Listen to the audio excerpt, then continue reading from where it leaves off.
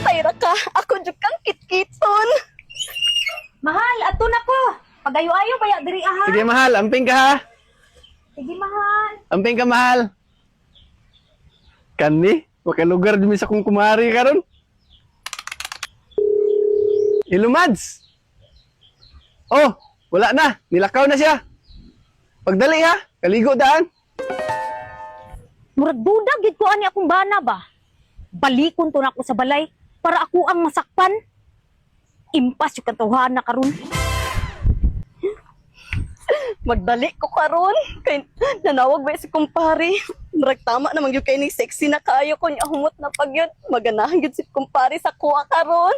Bantay ra ka. Ako jud kang kitkiton. Dugaya po na to kong kumari. Uy, muuli na to kong asawa ron. Huwag man reply sa kong text. Nahigam na gyud ko ni pare. Pads! Pads! Na anak ko! Ay! Dugaya ni mo, Mads, ay. Nagdali-dali naman ganit ko. Kibusig masakpan sa asawa. Sige! Dali! Murag ningaw man sa sulod. Nag-unsa ka ni akong bana diri ay. Karon ka kay masakpan gyud ta ka. Kinaya lang, Mads. Hili naman. Hala na babae. Ako naman ang ginay-ginay og duot. Giduhot. Unsa kay giduhot ani ay? Nagyo dito, nagyo din nila yung babae ni tawana ni. Hoy! Nagunsa man mo diha. Naagyo di kay babae tawana ka ha? Karon ka. Ayo, Mads! Noon sa mga kamahal.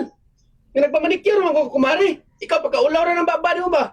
Aw! Abi man ako nagunsa mo! Kaya nagingon-ingon na mo iduot! Pagdamay, wa man po ka nagingon nga magpahinglo di ka kayong kumare! Sorry kay Mads ha! Pasensya na kay ka, Mads! Wa man kay klaro Mads oy. Mauli na lang ko. Nervyoso man ko ani imong trabaho. Kulbaa oy. Hapit minisakpan sa iyang asawa. Pero sige lang, nakatilaw man sad ko kay pare.